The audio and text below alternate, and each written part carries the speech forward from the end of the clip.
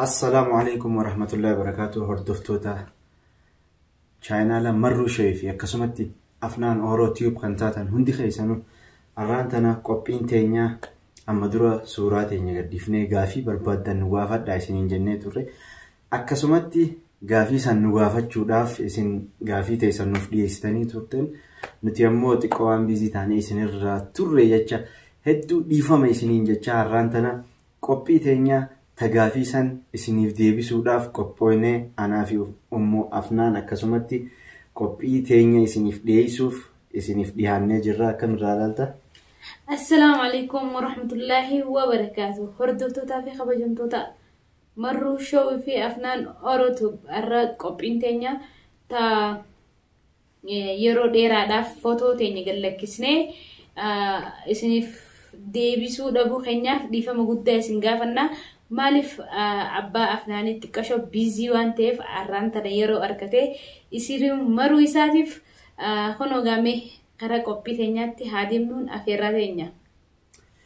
Hayyeegaa akkuma jennetti qophiin teenya gaafiif deebii nuti footoo teenya gadhiifnee nu gaafatanii qophii teenya eegaluun duratti gaa chaanaala keenya Afnaan Oroo TV fi Marruu Show deemaatii like share subscribe nu godhuudhaan nu cinaa dhaabbadhaadhaan isin jaa. Karaa gaafii teenyaatti fumna gaafiin teenya tan duraatii fi tan takkaffaa Imaan Ahmad jetti. Imaan Ahmad gaafiin kiyya takka biyyuma ormaatti wal bartammoo duraan wal beeytan. Lammaffaa erga wal fuutan hangam geessan. Sadaffaa eenyutu yuutuuba akka hojjettan yaada fide yookaan eenyutu yuutuuba hojjechuu jaalate. Hayyeegaa gaafin teenya biyya ormaatti wal bartammoo biyyuma teessanii wal bartanii gaafeettu. Ani adeemsumoo? Deebiseeti. Egaa duraan dursee gaafii akkanaa nu gaafachuu keessatti filatoonis hin jenna biyyuma ormaatti wal barree naafi inni jechuudha. Haadhaa fi abbaan keenya hawwootiin keenya jechuudha warri keenya faamiliin kiyyaa faamiliin isaa biyyumattu duraan wal beekanii anaa fi isaatutu biyya tana wal baree jechuudha.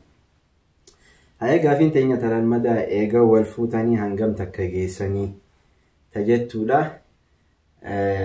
Eega wal fuun hangam takka geenye? Anumaa deebisaa banaas. Eegisteetu. Ma hundina rafeeta. Gana dhaaban hin dhiyaattu. Jajjabduu sirraa fudhadha. Egaa erga wal fuune haflaa keenya gallakkisnee jirraan sa'a Marruu Show jalattis dheexanii ilaaluu dandeessanii. Erga wal fuune eega waliin dhufnee fi arma jidduu waggaa 9 ni geenya garuu erga wal fuune amata 8 waggaa 8 jechuudha. Hayya gaafiin sadaffaa eenyutu yuutuuba akka hojjetan yaada fide yookaan eenyutu yuutuuba hojjechuu jaalata.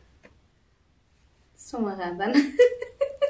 Gaafii tana yuutuuba dura gartee duraan hawwisoo keessaa aartii wallisuu fi kana anaatu wallisuu ture ayyaana akka wallisuu hin jaalattu ture beeytae.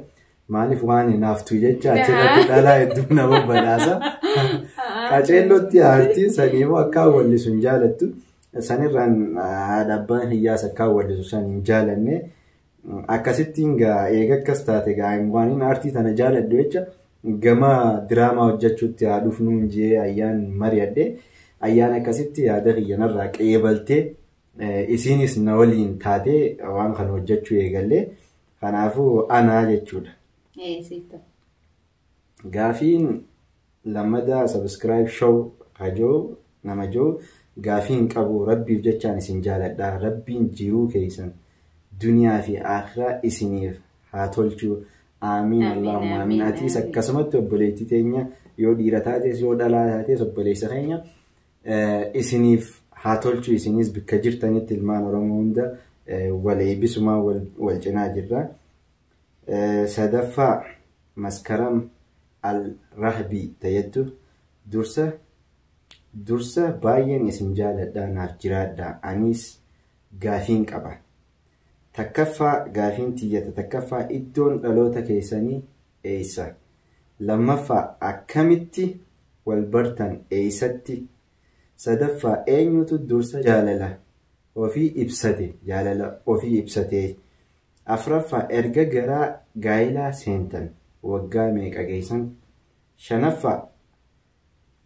Shanaffaan afnaan jechuun maal jechuudha?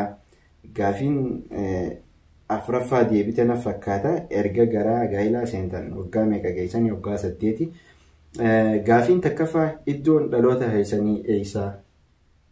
Hayyaga anis hiyyumaan ibsa atis keetuma ibsita. Iddoon dhaloota kiyyaa Harargee Bahaa magaalaa Kombolchaa jedhama. Magaalaa Kombolchaa jechuun lamaa jira jechuudha. Magaalaa Kombolchaa magaalaa Malkaa Raafuuttiin dhaladhee. Malkaa Raafuu jechuudha. Magaalaa Malkaa Raafuuttiin dhaladhee. Akkanumaan isiniin jaaga. Anis gaa dhaloonni kiyyaa magaalaa gootota biyya Wadaay Waariyoo magaalaa Awwadaa ittiin dhaladhee. Garuu anaa ifin beekne ijoollummaadhaan warri keenyaa dirreedoo akka duudhaan achumatti baree barnoota seenee dirreedoo keessa qabalee duwwaa takkaa magaalaa Malkaa Jabduu magaalaa Jaalalaa achi keessattiin guddadhee if baree hammana ga'ee. Kanaafuu biitiin itti dhaladhe achi ta'us biyya dhaloota kiyyaa kanaa caaltee magaalaa Malkaa Jabduu biyyaan hedduu jaaladhu Malkaa Jabdumaa ammaa fi lammaffaa akkamitti wal bartan eessatti? Yoo yaadatte gaane. Hundumaa narra feetasa cinaas deemsa. Akkatti wal bare halaas anaatu isin hima. Gaafa san ture gaafa anaa fi ayyaan dura wal barru. Guyyaa san hedduu bikka takkaan taa'u jira bikka sanitti gammachuun qaba ture. Mucaa isuma kiyyaa tokko bilbilanii yaamanii akkasitti na waliin deemtu malee naan jedhe. Na waliin deemtu malee aboo na dhiisi gandiniin jiru san hundi aboo atii fi deemi mucaa dhiisii jaanii.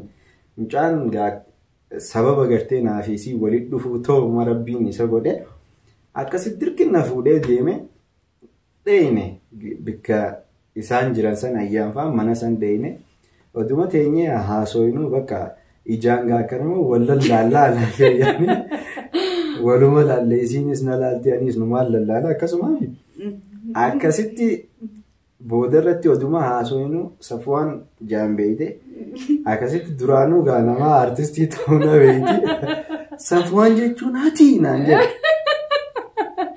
anaan jee yaaba maqaa kiyya maaluma jaanii dhageessemee lakkii waan biraatti miti naan jette.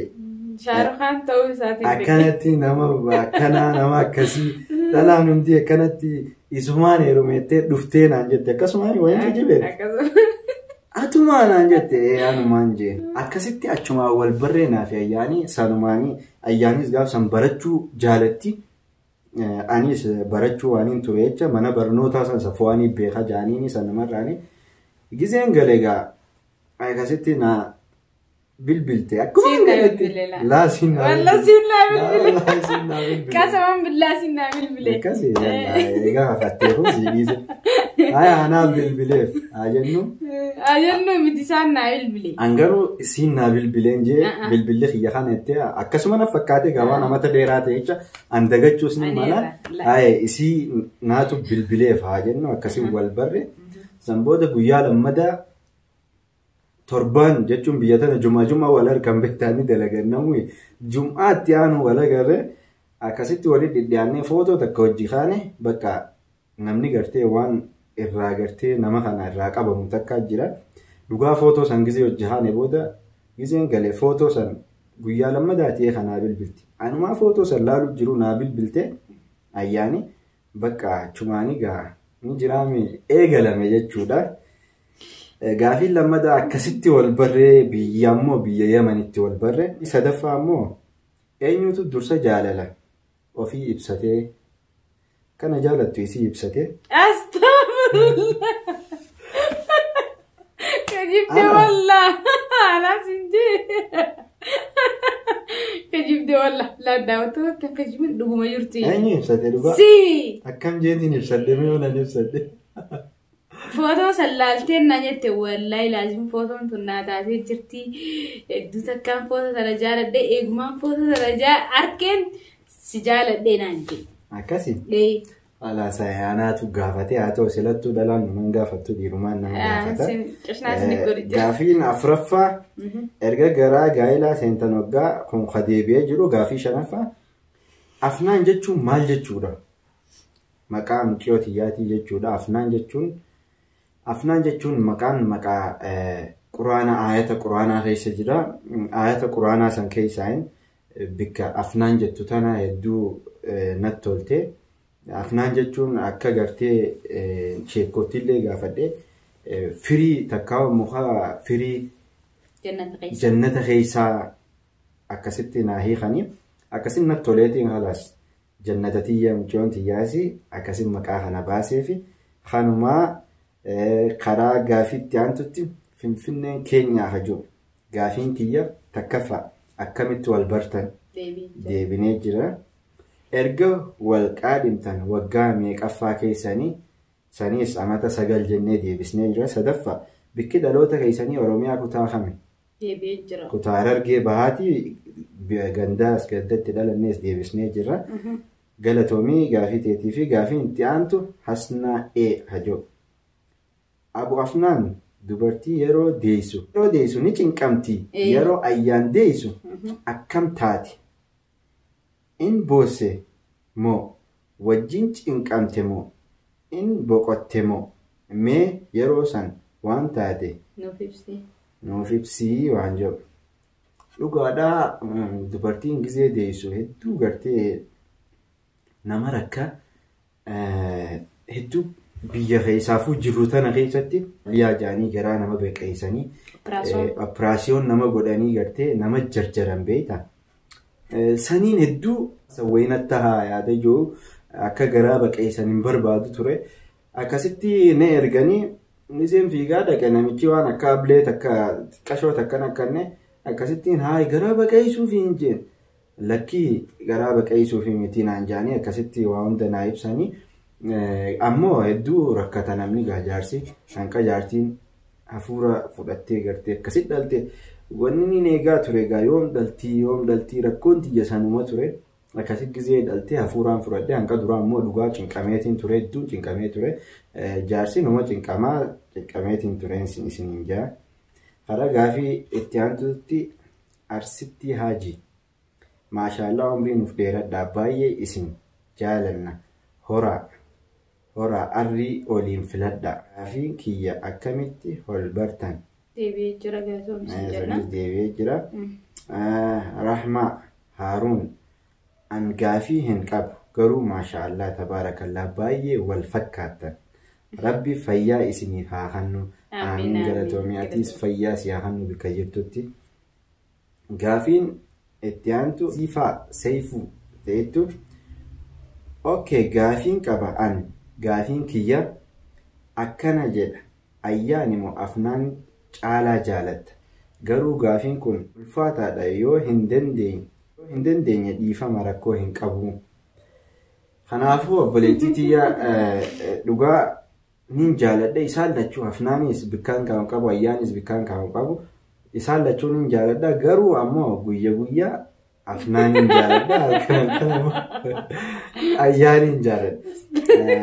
Dhugaagaa jechuun kana goofatumaa fi jaa qoosaa fi dhugaa ilmoo fi namni jibbuun jiru ni jaalanna ilmoo tiyya ni jaaladha ammoo ta ilmoo tiyya naafittee oomishni ilmoo tiyyaa ayyaan waan ta'echa rabbiin gartee akkanaa kannetti narraa sodachuu ni dandi'a ammoo ayyaayyoo jiraattee ilmoo san bikkanaa buufti. Kanaafuu ayyaaniin jaaladha. Afnaan tiyyaas numaan jaaladha beektee takka filadhu waan ta'echa ayyaanumaan siin jedhe. Oromoo TikTok challenge gaafiin kiyya akkamitti wal bartan eenyu dura jaalala gaafate waggaa meeqa erga wal fuutan tun gaafiin deebitee jirti. Ililli Alii jaalattanii amata meeqa booda wal fuutanii isin keessaa eenyu dura jaalate? Egaa amata meeqa boodasa in turree nuti akkumaan anis dhufee haariyaa innis xiqqoo mana dura jira dasii miti erga wal jaalanne baatii 5 teenyeetuma wal fuunemi baatii 5-7 akkanuma torma hana teenyee ol fuune oowwitutti bareeddu jenneeti.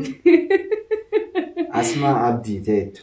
Assalaamu alaikum warahmatullahi wabarakatuh. Rabbiin maashaallah rabbiin umrii waliin isin haa dheereysu. Gaafiin tiyya inshaallah biyyatti galuuf yaada ni qabdanii moo yamanuma taa'u karoorsitan? Biyyatti galuu yaada ni qabdanii halkanii guyyaa manaamnaa bar yaman maal qabnaa yaman taa'uuf. Kanaafuu obboleettii tiyya Asmaa Abdii biyya galuuf biyya teenya biyya abbaa fi nuti yaman jiru miti ka Ameerikaa fi biyyoota Awurooppaa gurguddatee manaamni isaanii guddaan waa qabatanii takkaa dalagatanii jijjiiranii biyya isaanii galuudha. Nama hundarraa qabee baqateeru. Kanaafuu jireenya keenya biyya teenya keessatti duuti teenyaas biyya teenya keessatti akka taanu hawwina. Kanaafuu yeroo gabaabaa keessatti odoon turin yeroo gabaabaa keessatti biyya galuufuu yaada qabna. Rabbi biyya teenya nuuf haa ta'u inshaallah. Kanaafuu biyya galuu yaada ni qaba. Ayyee Katyaanu maqaansaa katabbiin zitbox maarree jetti haa taatu maashaallah ijarraa hafa. Akkamitti walit dhuftan Abbu Afnaan osoo Ummu Afnaan waliin bultii hin jaarin hiriyaa ni qabdaa. Ummu Afnaan hoo kanuma gaafiin kiyya.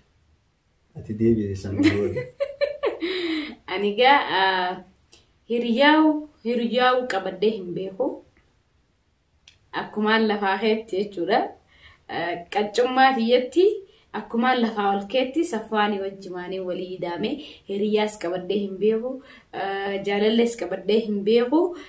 Jaalalaa fi hiriyaa fi abbaa warraatu isumarratti hin bareedin isiniin jedha. Egaa akkuma isin jettetti qaccummaa isitti anis barbarummaa biyyatti isumaa isiniin jedha. Kanaafuu hiriyaan hin qabaasan. Dhugaa anis dilas waa akkasitti magaalaa sesseenii odoon hin beekin. Biyyatti illee taatu haa qabachuun ooltooti. Dhuguma hiriirgaa. Ati haasilattuu ilma dhiiraatii beeyte hiriyaanumaan qaba ture. Garuu gaa hiriyaan akkaan qabu rabbiin gaa waan jeemaleen taatu anumaa fi atiitiif kaa waliin dhufee olaas hiriyaan achumatti haftee jechuudha.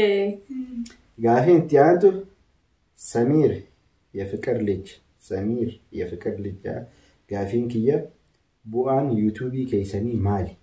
Dura yuutuubii kana akka irratti hojjettaniif eenyu isin kakaase? Sadaffaa of duraaf yuutuubii kanarratti nama akkam ta'uu feetu? Ummata Oromoo kanaaf hawwiin keessan maalinni? Akka naa deebistan abdiin isinirraa qabaa inshaallah.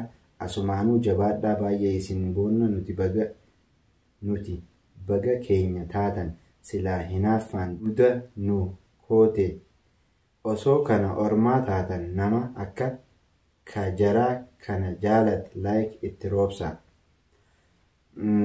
Galatoomee obboleessa keenya. Gaafiin duraa bu'aan yuutuubii kanaa maali? Bu'aan yuutuubii kanaa maali? Bu'aan yuutuubii kanaa duraan dursee jechuudha. Isin bohaarsu, isin bashannansiisu, gara kaaniinis aartii afaan keenyaa guddisu. Gara kaaniinis maallaqa sassaabu. Aartii afaan keenyaa guddisu duraan dursee jechuudha. Aartii afaan keenyaa guddisuudha. Maaliif yeroo dheeraadhaaf idaan if bareechuudha.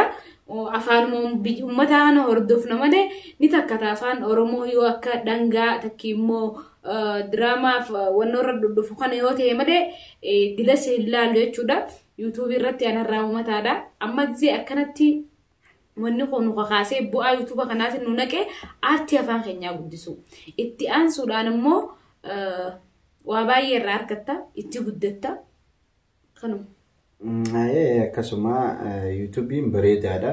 Yoo irratti hojjetan taate biizinasaasi yuutuubiin akkasumatti aartii afaan fiitii guddisuu fi taayilantii keetis irra laalu maaliin dandeeyaa irrattiif madaalta.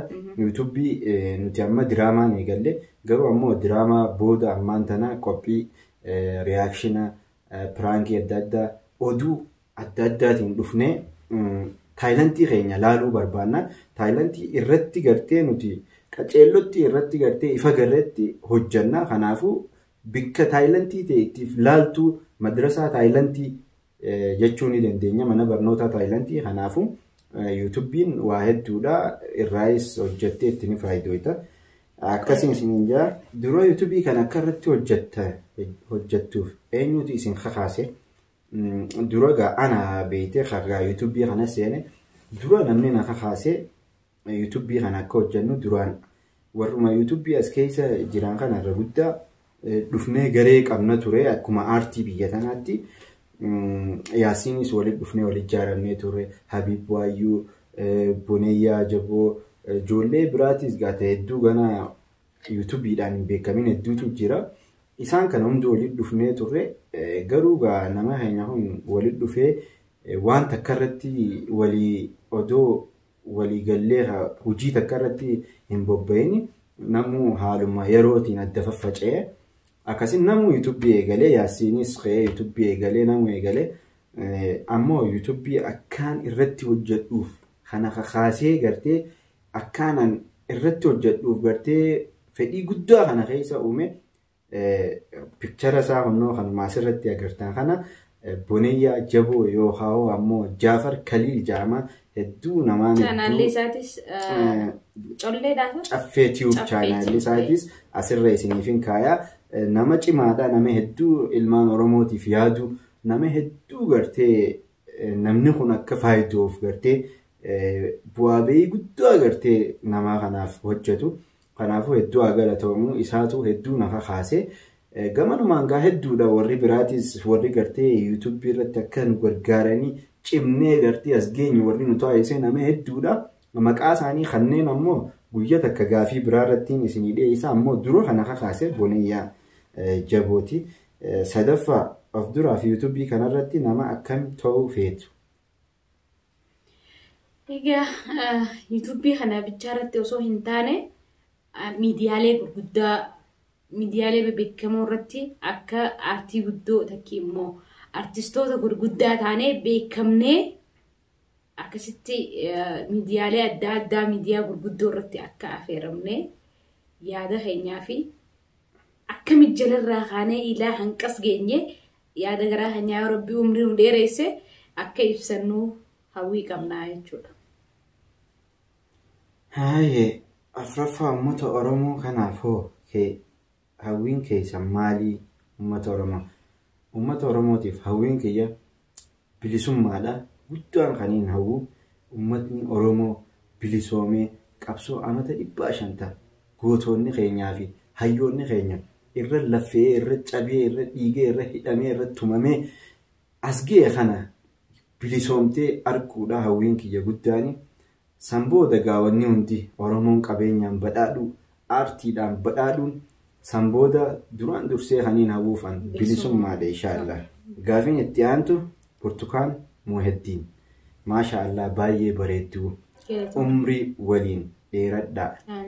Itti aansuudhaan gaafiin koo dura Ummu Afnaaniif osoo jaarsi kee haadha manaa lammaffaan hin fuudha jedhee si gaafate deebiin kee maalii? Egaa maal jettee Ummu Afnaaniif jettee jaarsi kee osoo hin fuudha jedhee si gaafate maal gootaa attemi? Jaartii lammadaa hin fuudha. Jaartii lammadaa jee. Egaa gaafii jajjabduudha. Duraan dursee ani akkuma diraama isaanirra na agartan sanii jaarsi kiyya akkanarra fuudhu hin fuudhu. Yoo inuu kana gaafatu taateewu naawun gaafatu inshaallah biindillaa. Saniifuu gaa naawun gaafatu yoo inuu kana gaafatu taate gaafiin dhiyeessaaf. Maaliif narra fuudhuu feetee? Maal narraa dhabdeetii? Maaliif narratti fuudhuun si feesisee jeetiin gaafii dhiyeessaa fi yoo gaafii qobsaa naa deebise yoo ammoo jaalalaan na qabe akkanuma baxiraanummaa jee anuma achitti hin jaan. Gaafiin itti aantu gaafii lammaffaa jaarsa keetii fi anaaf jechuudha. Osoo dhiirti tokko haadha mana keetiirraa jaalalli qabee maraate ishii malee hin fayyu jedhame akkami maaltu sitti dhagayamaa dhumarratti Oromoo fi Oromiyaaf dhaamsa maal qabdaa? Odoo tokko maraate gangalateetuma maraateetuma achiin hafa malee ammaa hin godhamne jaartii namaati malee. Egaa Waggaa jaartii namaa jaalatu maraatee osoo duraanuu maraataadha jechuudha gaafiin ta'e. Atti aanu dhumarratti Oromoo fi Oromiyaaf dhaamsa maal qabdan?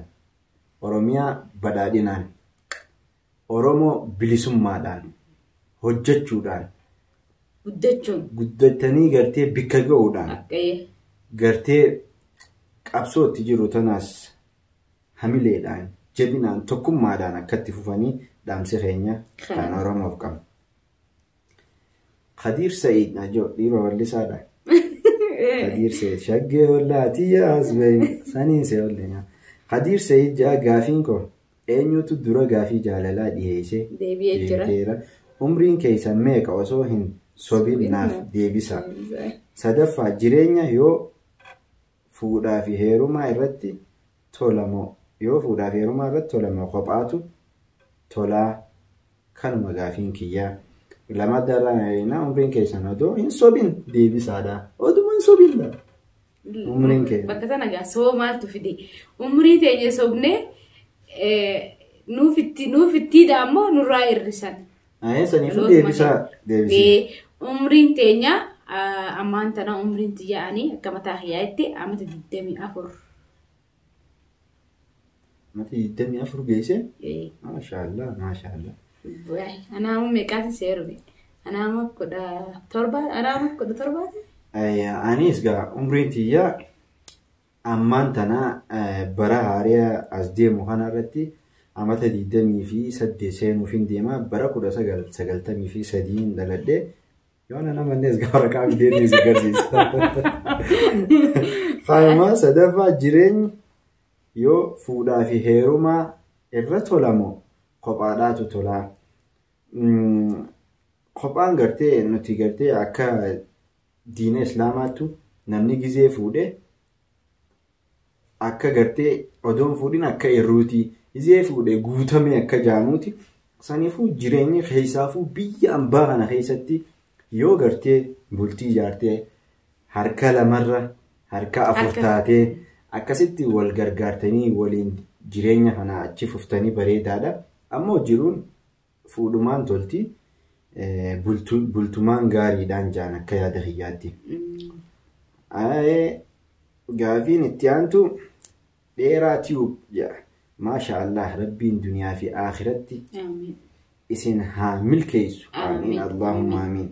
Gaafiin koo dandeettii keessan hedduu ajaa'ibsiifadha. Dandeettii akkanaa rabbi irraa himoo barnoota argattan. Jabaadhaa itti fufaa hojiin keessan hunduu waan nama fayyadaati. Rabbiif jecha isin jaaladha. Nutis rabbii jecha isin jaaladha. Galatoomii dheeraa keenya. Dandeettiin keessan barnootaan argattan moo akkanumatti rabbumarraayi? Wallaahi barnoota illee seennee waan baranne rabbumaan nu hanne dandeettii sana YouTube maratti fin agarreen jaa. Egaa barnoota aartiitiin baratin malee barnoota gartee hawaasummaa barnoota gartee ilmi namaa baratu dirqama barachuu qabnu elementarii irraa gartee high school barannee jirra. Dandeettii gama aartii ammoo rabbumarraa'ee xiqqoo gartee jireenya gartee wanta keessaatis waan dabarsinee jecha hawwisoo fi kana keessatti kanumarraa'ee garuu rabbumarraa'ee isiniin jaaluutu nu dheeraa keenya. Gaafiin itti aantu ilillii aliita jettu. Isin keessaa eenyu irra maallaqa jabeessa? Eenyu irra jaalata? Ayyaani Musaffaan yoom jaalala eegaltan? Isin keessaa eenyutu gaafii jaalalaa dura gaafate? Gaafiin jaalalaa akkuma deebitetti reefuun tana ammoo maallaqa barreenyaa maallaqaa luma jiika. Barreenyaa gadi hin dhiistu bakka akkana qabdi utaaltee ayyaani jaalata maallaqa. San beekama. Ani jaaladhu maallaqa. Boontuu Arsii tan jettu an gaafii hin qabu garuu baay'ee isin jaaladha. hedduu nuuf galatoomii. Natti toltanii nuuf galatoomii boontuu teenya. Tilleen akkasumas jaalanna nu walitti immoo rabbi si haa Gaafii itti aantu Maryam.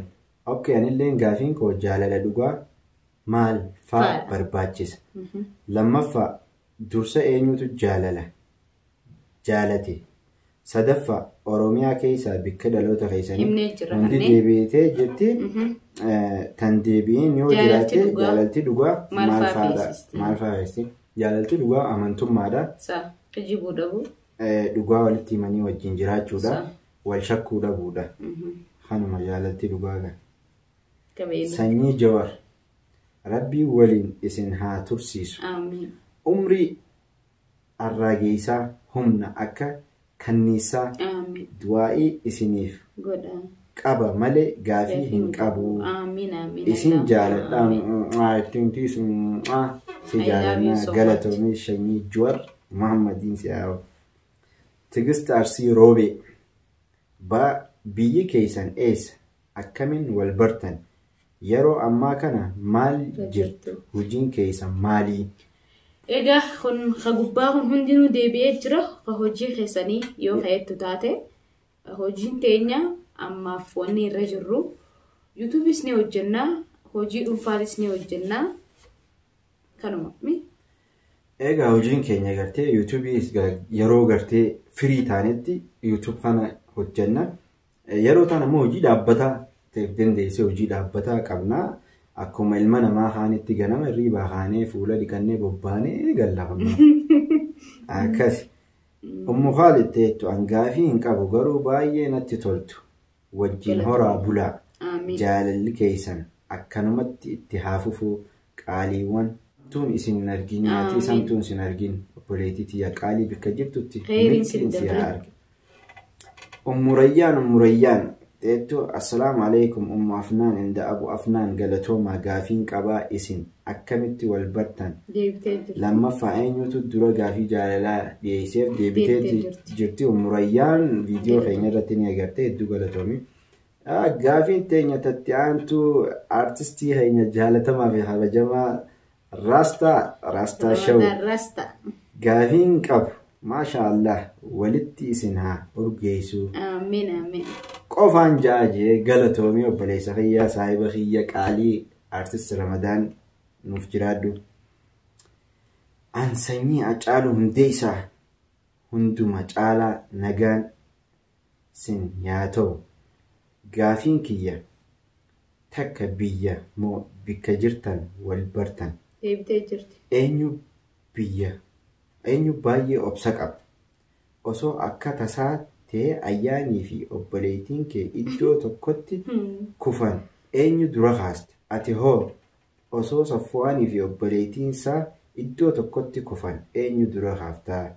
Gaafiin duraa deebitee tun gaafiin jabduudha. Eenyu dura gaasta gaati? Ati si gaafatanii dura deebisite. Odoo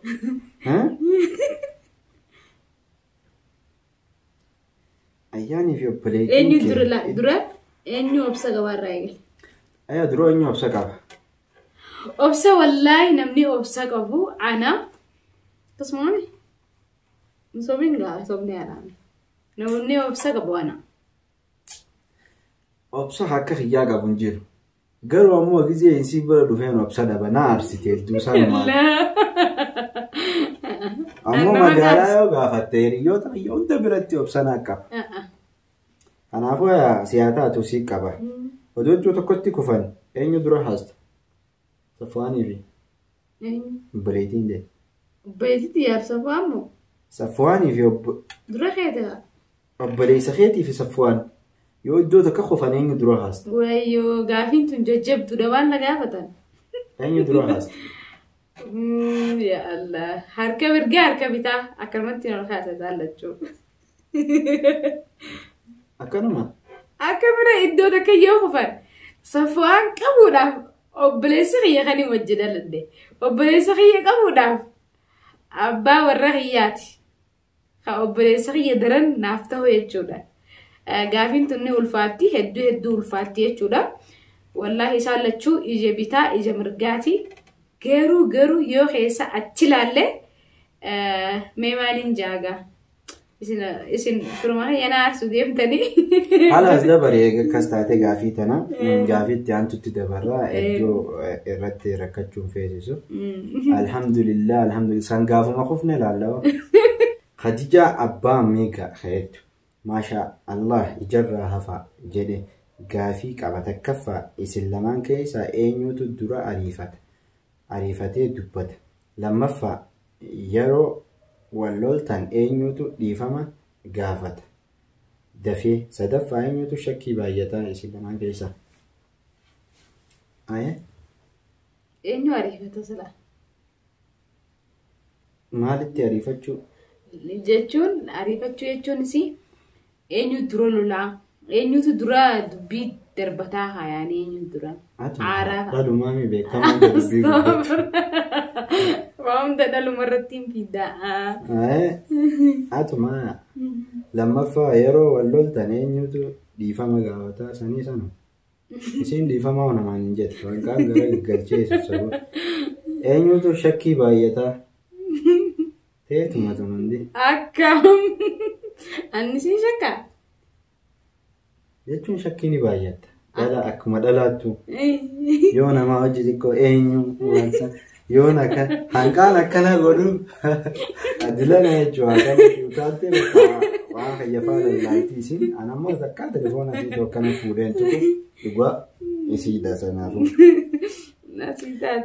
Sumayyaa abdattu rabbi ayyaan baay'ee nama raarta osoo isin wal arge akkan natti tolu obboleettii rabbiif jecha.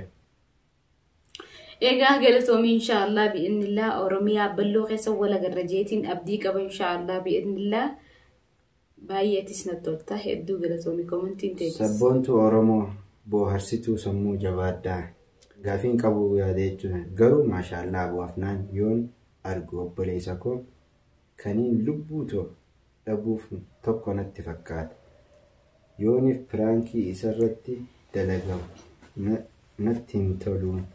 Rabbii waan ofii jaalattu isin haa jaalatu ganda lachuttuu isin haa milkeessu Allah galatoom yaa obboleettii tiyyaa atiisii obboleeyyan nuti obboleeyyanumaa wal fakkaachuun isin maltii dhugaadhaa garuu hanqana naa dooduu heetii fi wallaa hedduu takkanaaf jiraadhu galatoomii ummu abaazaa teettu wallaa an hunda keessaa kan isin wajjin hojjettanis diraamaa garagaraa rabbiif jecha isin jaaladhu ana caalatti rabbiin isin haa jaalatu. Sabboontoota Harargee namoonni tokko yeroo miidiyaa bahan aadaa fi safuu fi amantaa ofii ni dagata isin garuu waanuma hunda eeggachuun nu bohaarsitu ergaa garasiin nuuf dabarsitu rabbiin isinirraa haa jaalatu. Jabaadha dhaamsi koo tokkoffaan intala kee gurbaa kootiif fuudhaa. Imaam Ahmad salaamu alaikum warahmatullaahi wabarakaatu. Yaa nama rabbitti amante du'aa'ii naa godha akka rabbi yaada muraada naa guutu kaayyoo guddaa qaba jechuun nama kaayyoo hin qabne hin jiru. Mee akka rabbiin jaarsa kiyyaa fi ilmoo tiyya nagalchu akkatti nagalchu du'aa'ii naaf godhaa. Inshaallah bi'idhnillah rabbiin jaarsa keetii fi ilmoo teettis nagayaan si agalchu. Inshaallah bi'idhnillah jaarsa keetii fi atis rabbi nagayaan wal isin garsiisee umrii dheertuu umrii barakaa qabdu arrii wajji filatta rabbi sinaa godhu. Ilmoo lakkulakkuun si haa gammachiisu naan jedha rabbi jaarsa keetiif ilmoo tee umrii waliin si haa dheereessu naan jedha rabbi jazaa keessan jannataa ol haa godhu nama gaaddisa arshii jalatti wal arkuun haa godhu. Aamin aamin rabbi lakku waan ati niyyette hunda rabbi siif haa guutu rabbiin akka niyyaatetti siif haa godhu inshaallah bi'idhnillah. Kaamilaa tiyuub kaamilaa teenya tuni kaamilaa baga nagayaan dhuftan sabboontoota Oromoo jabaadhaa rabbiin isin bira haa jiraatu jettee atis akkasumatti obboleettii tiyya qaalii rabbiin si bira haa jiraatu artistii teenya kaamilaa yookaan yuutuubara teenya nuuf jiraadhu atis. Ima Ahmad fuulduraaf eessa jiraachuu feeta lammaffaa jiruu teessan keessatti yoom akka malee gadditan yoom akka malee gammaddan waan hin goone jettan sheenaa isinitti ta'u maal? Mudannoodha moo mudannuma fakkaate? Waan ni goone jettanii sheenaa isinitti ta'u maali? Jiruu teessan keessatti yoom gadditan yoom gammaddanii? Jiruu teenya keessa wallaahi yeroo ilmaan Oromoo duraan dursee akkana dhumu hedduu gaddina. Hedduu yeroo gootota keenya akkanatti nurraa fixanii wanna jaan hedduu gaddina. Yoom gammaddan yoo heetan taate immoo yeroo akkanatti Oromoon teenya immoo bilisoomtee gammanna inshaallah bi'idnillah. Faaxuma teettu hayyee Abu Afnaanii fi Ummu Afnaan Rabbiin waliin umrii isin haa dheeressu. Amiin. Nuuf jiraadha an gaafii lama qaba. Takkaffaa isin biyya wal fuutan biyya kana dhuftan moo biyyuma ormaa keessatti wal bartanii wal fuutan? Jaalala waliif qabdan bultii keessan keessatti gammachuu qabdan nuuf ibsaa galatooma. Egaa nuti biyyuma tana wal fuune asuma wal fuune jechuudha. Bultii teenya keessatti immoo gammachuu addaa qabna alhamdulillah rabbil alamin miccoo teenya wajjin gammachuu dhuman qabna rabbiin ammallee gammachuu teenya irra nuuf haa dabalu jenna. Gaafiin itti aantu Misraata jettu biyya Saudi Arabiyaa irraa. Gaafiin tiyya dura eessa wal fuutanii eessa wal bartaniidha. Gaafiin sii deebitee jirti bikkatti wal fuunee fi kanaasi ammaas deebiiti mudannoon waliin isin mudatte tamii tokko isin mudattees tamii mudannoo tanarraa mudannoo waliin isin mudatte tamii tokko isin mudatte tamii meeta waliin mudatte irraa. Mi yaadatta waliin mudatte? Ati yaadattu? Yaadattu. Mudannoo takka ta'a ajaa'ibaatii yaadadha waliin mudatte. Amma yaadadha himiyatu malee. Mudannoo waliin mudatte biyya hambaa tana keessa akkuma jiraannutti hedduu biyya tana rabshaa jira gaafa sanii ayyaan mana arabaa hojjetti hojii dheeyxeeti. Khamisa gizee baatu karaan cufaadha. Baasni kan jirre lafa deemaa galte beeyta. Akkasitti sabtii gartee silaa deebiti jum'aa bira khamisa bira oltee jum'aa oltee sabtii deebiti. Guyyaa sabtii san karaan cufamee biyya tana mootummaan biyyaatii fi mootummaan amma jirtu tun itti wareegame sanii fi mootummaan ammaa tun walis seentee wal lolanii akkasii karaan hundi rasaasa cufaadha. Rasaasa ajaa'ibaa deemu jira. Ilmi namaa tokko karaa kanarra hin jiru. Shimbirroon hin jirtu. Nama Oromoo nama lamaa deemaa dhufe sanuu dafanii deebi'an akkasitti naaf ayyaan deemaa dhufne. Akkasii deemaa dhufne otoo deemnu gaa bikka uummanni akkanatti askarrii cufee jiru tana dha'in akkasumatti kabajumaan hunjaan deebi'aa karaan cufamee jira. Asii achi numaa hin jiru rasaasaa deemu jira jaan.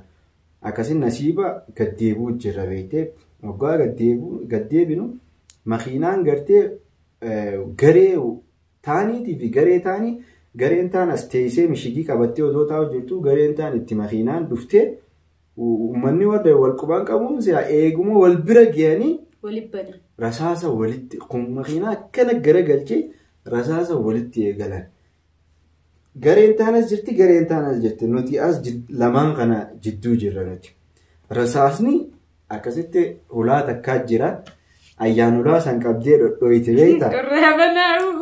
Narraabanaa jettee bakka namni gaarree fanneen jiru ani sirfadhee bakka akkana dhiyeetumaan aara wanni na aarse namicha isiin hojjettuuf san garaa isaatiif jecha jechuun namittiin isiin warri isiin hojjettuuf san garaa isaatiif jecha harbii san keessa haakaatee dhuftuu jee akkasitti rabbiin nu baasee amma odoo deebuu jirru halas aaraa hojjaniis garagalee naan jette ayyaan rasaasni eessarraa deeme asii as deeme moo asii as deeme naan jette akkasittiin bara uummata achi as dha'u jiru sanii itti as deeme naan duwwaati haa uummanni achi as dha'u jiru achiin na cinaan nan dhooysituu rasaasa san anaan shaffantee nan dhooysituu karaa kanaan banaana dhiiste yaa moo ibiifuu aareetiin jira mee aniin kun Mr. Bond Akshay Kumar mo Van Damme mo Jackie Chan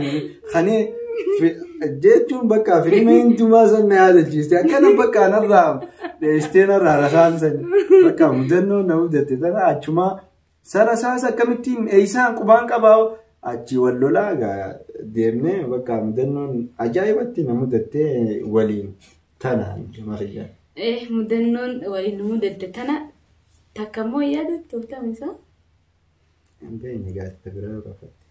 Anaa feetii wal fuudhee waan takka malee rafnee ni yaadatta. Aywa tunis jechuun haaluma gartee jireenya ilma namaa kana keessa waan jiraati.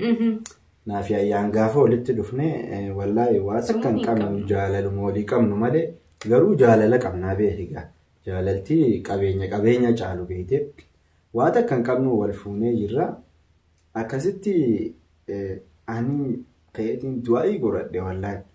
Bilaa iraata jirra iraata odoo nyaatin jirra sa'aan san sa'aa 2-3-4 dabarte shangeesse akkasi gizee sa'aa shangeesse aboo qayeetiin du'aa godhadhe yaa rabbii hayyaan je halaaliiniin fuudhee jechuun odoo waa takkan dalagini halaaleeffadhe yaa rabbii hayyaga ilmoo namaa na bira fiddee beelmaan nun bulchin jeetumaan gachiise akkasitti sa'aan 5 dabartee xiqqoo toora sa'aa 6 kana dhiyaatte mucaa firaa hiyyaa tokko as na wajji jira ilma isuma hiyyaa ammaas anuma wajji jira iddoo galatoomuu kaniin irraanfachuun taane yeroo hunda akkasitti dhufee ulaa deddeebi'uu maal isa duruu raftanii bagganaa guyyaadha awwa firrumaa ciciisneen jeennu wadageenya beeyta akkasitti dhufee maallaqa biyya tanaa waa xiqqoo naa kannee kutee hanqa gartee masruufa yeroo dheeraafuu nagoo akkasitti gabbaanee jechuudha. Warra keenya biran jirruumi gabbaanee akkasitti waan hiraata nyaannu. Isumaa gabbee fidee isaa fiddeen jeenu ga'inni gabbee fidu. Isumaa gabbee fidee maangoo kanaa keeka kanaa walitti qabee gisee fidu haayiboo isaa fiddeen jeen. Akkasi fidee gaajeetuma rafne gaa nyaanne hin qasan. Akkasi saniifuu alhamdulillah raantana kunnoo rabbiin kana nu kannee ilmoo nu kannee qabeenyaas nu kannee as geenyee jirra kanaafuu kanarraa wanni barnoota harkattanii qabeenya malees yoo walitti dhufan yoo jaalaltii irratti laffaatanii ni harkattanii dhugumaa isaanii gartee yoo rabbii keessanii cittanii wallaahi fira haadha abbaa keenya biran jirru honnoo akkuma rabbiitti joollummaadhaan walitti dhufnee akkanumatti bakka wal fuunee karuma rabbii irratti akkasitti honnoo rabbiin ammaan tan razaqee akkanichirra kanaafuu kun barnoota akka isinii ta'uu fi hedduu takka galatoomaadha gaafiin teenya xumuraati tun na fakkaatti. Gaafiin takkaas ni jirti garuu yeroo biraa goonu erga walitti dhuftan afnaanuma bichaadhama waggaa 8 erga walitti dhuftan jettee afnaanuma bicha qabdammoo daa'ima biraatis ni qabdanii jettee. Egaa afnaan qofaa miti daa'ima takka ni qabna ture ammaan tan ammoo hadiyyaa gama rabbiitii ergannee jirra Iinaas jaamtii maqaan isii intala teenya ta dura as biyya tana keessatti asumatti dhallee turre akkasitti gaafa rabshaa biyya tanaa san asii biyyatti galchine xiqqoo dhukkubsattee akkasitti nurraa shafii taate tarabbiiti rabbiin bikka isii afnaan nu buusee nu gammachiisee jira. Kanaafuu saniis achi nu jirti asiis afnaan qabna tanaafuu ilmaan 2 qabna. Akkasitti gama maayyii irratti waan nama gaddisiisu irra dhufnee hedduu gartee galatoomaadha waan nu dhageeffatanii nu daawwattanii fi akkasumatti chaanaalii keenya subscribe like share godhuudhaan gaafiin teessan akkuma itti fuftetti jirti kutaa lammaffaa gaafii ayyaan irrattis jechuun chaanaala ummoo afnaan irratti afnaan orootiib irratti gadhiistee jira gaafii sanis isiniif dhiyeessinee dhufna guyyaa biraa isinirraa turruus dhiifama nu godhaa maaliif biyya namaa keessa jirra oguta akka hojii tana jala fiinaa oguta akka hojii tana jala fiinaa kanaafi isinirraa tutturaa gartee yeroo gartee bikka banaa fursaa harkannee raftii teenyatti waa isinii hojjannee isinii gaddiisaa irra hedduu galatoomaa isin jaalannaa nagaan nuuf tura chaayinaala keenya kana subscribe godhuudhaan share godhuudhaan nu gammachiisaa nutiis waan dandeenyu isin gammachiisna nuuf jiraadha. Assalamu alaikum warahmatullahi wabarakatuh.